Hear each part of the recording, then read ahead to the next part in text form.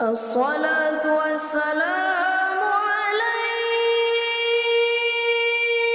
يا إمام المجاهدين يا رسول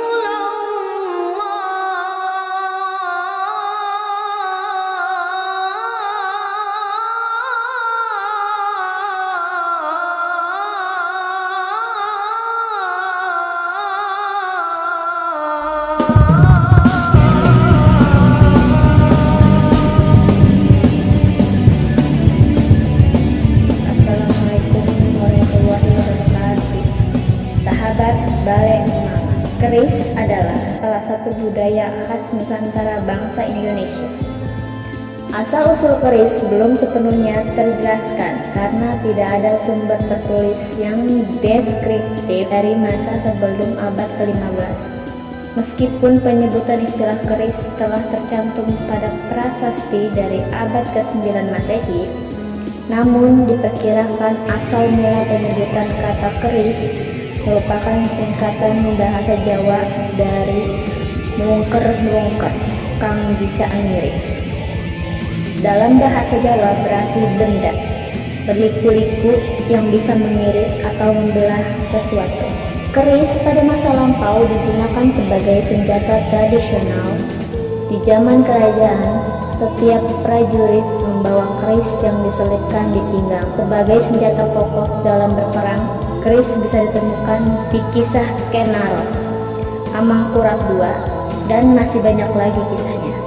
Keris juga sering digunakan oleh pahlawan seperti Imam Bonjol, Hasanuddin, Pangeran Diponegoro, dan sebagainya.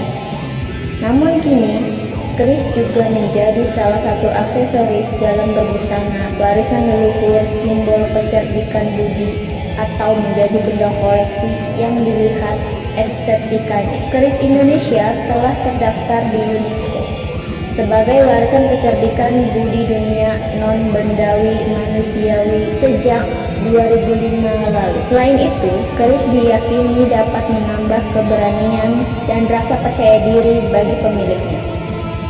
Terlepas dari sisi magis, ada beberapa fungsi lain keris bagi masyarakat. Fungsi keris sebagai benda seni, jika diperhatikan, keris dengan warangkanya adalah kesatuan harmonis yang dibuat dengan imajinasi tingkat tinggi. Berbagai fungsi tentu mempengaruhi nilai-nilai kebudayaan dan spiritualitas masyarakat yang menganut kepercayaan tertentu. Bahan keris logam dasar yang digunakan dalam pembuatan keris ada dua macam logam. Ada logam besi dan logam pamor.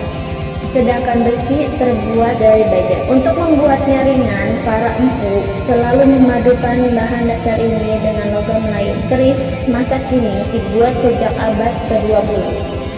Biasanya memakai logam pamor nikel. Keris masa lalu yang memiliki logam pamor dari batu meteoroid yang diketahui memiliki kandungan titanium yang tinggi, di samping nikel, kobalt, perak, timah putih, kromium, antimonium, dan tembaga. Batu meteoroid yang terkenal adalah meteoroid Prambanan yang pernah jatuh pada abad ke-19 di kompleks percandian Prambanan. Warangan dan minyak pewangi dilakukan sebagaimana perawatan keris pada umumnya. Perawatan keris dalam tradisi Jawa dilakukan setiap tahun, biasanya pada bulan Muharram atau Suro. Meskipun hal ini bukan keharusan, istilah perawatan keris adalah memandikan keris. Meskipun yang dilakukan sebenarnya adalah membuang minyak pewangi lama dan karat pada bilah keris, biasanya dengan cairan asam atau secara tradisional menggunakan air buah kelapa, curan buah mengkudu, atau perasan jeruk nipis. Bilah yang telah dibersihkan kemudian diberi warangan. Bila perlu untuk mempertegas pamor, dibersihkan kembali dan kemudian diberi minyak wangi untuk melindungi bilah keris dari karat baru. Minyak pewangi ini secara tradisional menggunakan minyak melati atau minyak cendana yang diencerkan pada minyak kelapa. Indonesia tidak bisa lepas dari kepribadian tentang kebudayaan Jawa yang adiluhung. Untuk itu, mari kita mempertahankan kebudayaan bangsa kita ini melalui Tosan Aji, karena kebudayaan ini milik bangsa Indonesia. Jangan sampai direbut oleh bangsa asing. Keberadaan keris Nusantara adalah merupakan peninggalan dari sejarah bangsa Indonesia, ciri khas dari kebudayaan kita. Digarisbawahi bahwa kita tidak mentuhankan sesuatu benda. Kita menghormati sejarah para pejuang bangsa. Terus kita jaga dan melestarikan kebudayaan Indonesia. Sahabat Balik Mama, sampai di sini dulu pembahasan tentang keris. Salam kopi hitam Balik Mama. Assalamualaikum warahmatullahi wabarakatuh.